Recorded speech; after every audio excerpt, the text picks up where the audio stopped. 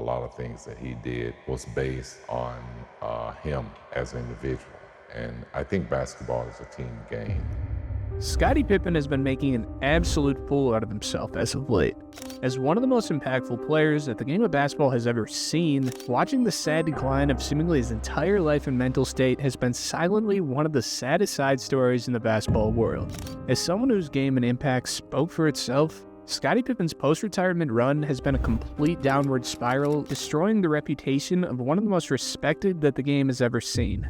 Whether it be his off-the-court drama with Michael Jordan stemming from the Last Dance documentary, his more than ugly relationships in the public eye, or what seems to be a publicized manic episode, how the hell did Scottie Pippen go from a living legend to a straight-up laughingstock? Subscribe. Prior to the rings, prior to the Bulls, and prior to the drama, Scottie Pippen's path to the NBA was nothing short of incredible. Born into a family with 11 other kids and a small house in rural Arkansas, Scottie definitely never received a handout because there simply wasn't any to go around. The poverty that they suffered got even worse as his father would suffer a stroke in Scottie's freshman year of high school, and had you seen Scottie at this time, it sure as hell wasn't the all-time great point forward that we've come to know. Graduating high school at 6'1", Scottie didn't even crack any varsity time until his senior year, with production not notable enough to garner a lick of college attention. And had his high school coach not been connected with the head coach at Central Arkansas, Scottie may have been a career factory worker just like his pops. With the opportunity to ride the bench as a freshman, Scottie hit the damn lottery and then some, shooting to 6'8" with a giant 7'3" wingspan. I don't know if due to second puberty or something, but at 24, 10, and 4, shooting 60% from the field, dude did a money glitch, jumping from a walk-on to an NBA lottery pick. Although playing in the NAIA opposed to the NCAA is going to result in a lack of scouting, and had it been today, you literally don't see this at all, but Jerry Krause, although widely hated, has one of the best eyes for talent that the game has ever seen, and elected the best wingman of all time, 5th overall in 1987. At this point, the rest was really history. Jordan was an all-star every year of his career that he played, was an individual beastly talent before Pippen entered the league, but this duo was still the best of all time. Although slow out of the gate, Pippen was largely the missing piece of this team. 7-time all-star with career averages of 16, 6.5 of 5, dude was a brilliant two-way point forward, who, although he did have his moments of playoff underperformances, was 9 times out of 10 a fantastic playoff performer who may have been the second best player in the league at times. With 6 NBA rings and one of the most storied careers that the game has ever seen, the ongoing issues stemming from Scottie's behavior really stems back to during his playing days. What many consider the start of the fall of Scottie's public perception began when Scottie was really at his best. As the Bulls' first three-peat commenced and Jordan dipped to play baseball and gamble or some shit, Scottie Pippen had his chance to show the world that without the jump man, Pippen was him. And really, he was kinda right. Third in MVP voting at nearly 22, 9, and 6 is one of the best defenders the game has ever seen. The dude was incredible. With Jordan's toxicity out of the locker room, I guess Scottie had to bring that too. Known to argue with the whole coaching staff frequently and terrorizing Jerry Krause, the Zen Master even spoke up regarding Scottie's behavior at the time, stating, "We've asked Scottie to do too much. We've got to find other people to shoulder their load." Not exactly what you want of the guy who's supposed to lead you to the promised land. Scottie's leadership issues came to an unacceptable point in the 1994 playoffs. As with the game on the line against the New York Knicks, Phil Jackson would write up a play giving Tony Kukoc the last shot instead of Pippen. Acting like a complete toddler, Scottie would go on to sit at the end of the bench, refusing to even enter back into the game for the last play after the coach's decision, giving Kukoc the much better shooter the last look. In what feels like a corrective measure by the basketball gods, Kukoc's buttery turnaround at the top of the key couldn't have hit any more nets. There wasn't any smiles after what should be another all-time moment from an all-time franchise, as Phil Jackson stormed off blankly to throw Pippen under the bus, which he deserved. This play, even years later, has lived on and cemented Scottie as a player who couldn't win on his own, losing in 7 to the Knicks this season and really harming his reputation in the locker room. Steve Kerr came out years later and voiced his opinion and discontent with Pippen's lack of maturity. As a guy who's looked at as the leader for all year long, how the hell do you quit on a team of guys who would have had your back no matter what? The scuff on what should have been a shining moment in Scottie's individual resume was ultimately buried by the glamorous savior of the franchise with Michael Jordan's return to basketball, of course. But in retrospect, The failure in his attempt of putting together an individual run for the Chicago Bulls did have a major impact on the way that his talent would be assessed in the future. Depending on who you ask, you'll get some massively skewed perspectives of his career success.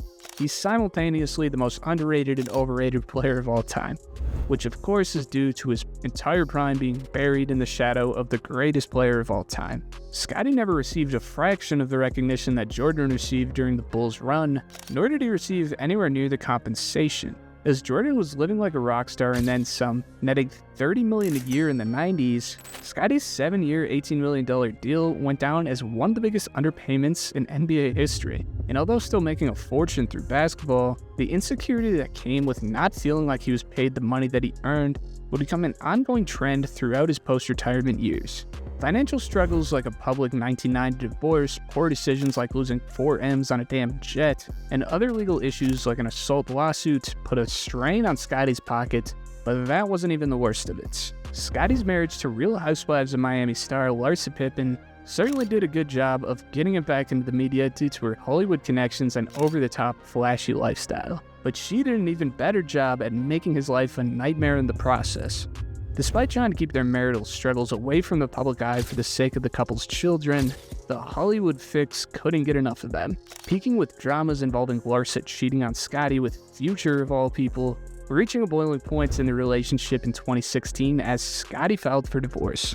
The filing would eventually drop as the two would attempt to work things out, but just 2 years later, and Larsa would file for divorce on her own. This sparked a pretty nasty custody war and an ugly asset divide battle as well, and as you can probably guess, half of the earnings for the championship runs were now going towards the Miami Barbie dolls bourbon bags. Although the report of Scottie Pippen going bankrupt post-retirement are all fake news, he really hasn't found much success post-basketball retirement. After failing to land a coaching gig in the NBA and completely ruining his reputation with the Bulls organization during his attempt at being a public relations ambassador with the Bulls, outside of his limited role with ESPN, Scottie hasn't seen a damn thing go his way since he hung him up. But it wasn't until he burned the last bridge to success that he had that we really started to turn the focus to the train wreck that was slowly getting worse and worse. In 2009, as Michael Jordan would be inducted in the Hall of Fame, the first man that he thanked for helping him achieve the impossible was Scottie Pippen, and the following year, Jordan was the man that presented him the same honor. If there was anyone that the greatest player of all time had the utmost respect for, it was the guy that helped him reach the ridiculous heights, and the love seemed completely mutual. From 2017 to 2019, as Scottie ventured into the sports broadcasting space, after numerous times of being asked on the Jordan vs. LeBron debate, Scottie's answer always followed basically how you would expect. Michael Jordan is the greatest player to ever put on shoes and play in our game. No doubt about it. The attitude, honor, and respect for what they accomplished certainly seemed mutual, which he articulated after being asked about carrying Jordan off the court during the flu game. You basically carrying him off the floor. What was? Tell me what it was felt easy. like. You know, he carried me for like 11 seasons. Even though both have had their personal yet different struggles descending from the top, neither have been shy to let the other one shine, because in reality, the legacy of one is non-existent without the other. Fast forward to current day, and every pedestal that Scottie has placed Jordan on, he's clearly been drop-kicked the hell off. Going back on every word of praise that he said in his post-retirement years, what the hell happened? Well, simple answer is a chain reaction set off by the Netflix classic documentary The Last Dance. I'm sure we've all seen it by now. The documentary excelled at its goal, feeding the fans sports craze during the 2020 shutdown, educating younger fans on the greatness they weren't able to see, and giving the world the reminder that Michael Jordan is still the best to ever do it. It's no surprise that with Jordan's creative control over the project, he really wanted to get that last message out clearly. But the documentary certainly did fall short in certain aspects, telling the story of the Chicago Bulls, namely that he had the best damn supporting cast in the NBA. Tony Kukoc was one of the most underrated scorers and players of the 90s. Dennis Rodman's party side may have shown in the doc, but they kind of forgot that he was one of the best rebounders and defenders of all time, and Steve Kerr made half of his damn 3 balls. Scottie certainly caught the most love out of every other Bull, with Jordan stating that there's no Jordan without Pippen. But even with being the second star of the doc, Pippen still voiced his dissatisfaction with his role in the film, to which Jordan responded, "You're right. If anyone's used to the self-obsession of Michael Jordan, it's Scottie Pippen. But watching a billionaire receive $10 million payday to be further glorified while kind of minimizing your role in the meantime, while you don't receive a single cent, was the insult to injury with his post-career struggles that Pippen needed to blow the hell up."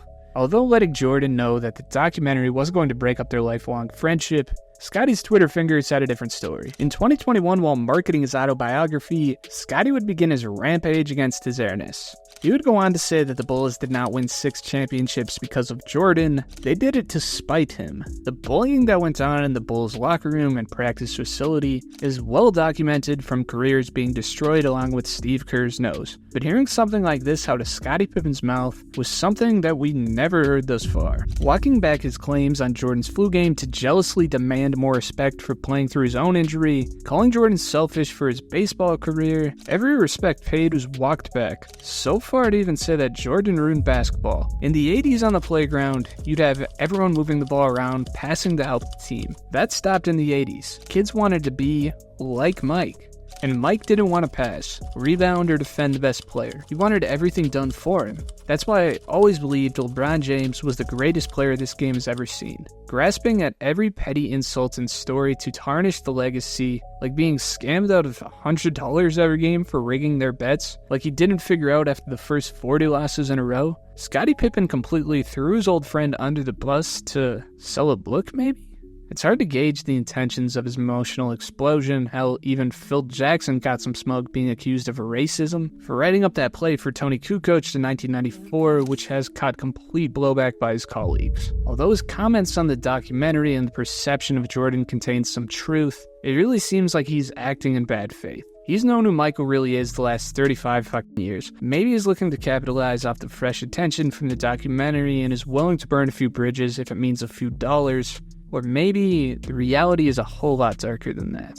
Shortly before the onslaught of tweets attempting to tarnish Jordan's name, Scottie would tragically announce the passing of his firstborn son, Antron Pippen, at 33 years old. Nothing could go well for Scottie, man. And really, no one was in his corner either. Yeah, you were kind of the man 20 years ago, but your bank account reflects being an average NBA player with a history of failed relationships, legal issues, and now a second child passing after losing one of his twins back in his first marriage. And a traumatizing event that I really wouldn't wish on anyone. To add insult to injury, it seems like everyone who knows him has to stick it to him a little more. Jordan's son recently entering a relationship with Larsa Pippen, giving the biggest middle finger to Scottie I've ever fucking seen. It really has gotten ugly for Pippen, and right now it's certainly not getting any better. After announcing a tour with the other Bulls to whine about not receiving enough clout for being role players or something 30 years ago, Scottie Pippen's story is a harsh reality check back into the real world. As even when you've done it all, reaching the top, starting from the very bottom, your entire life can free fall before you even know it. Thank you for watching if you made it this far. Check out my last video here if you missed it, and I'll see you guys in the next one. Peace out.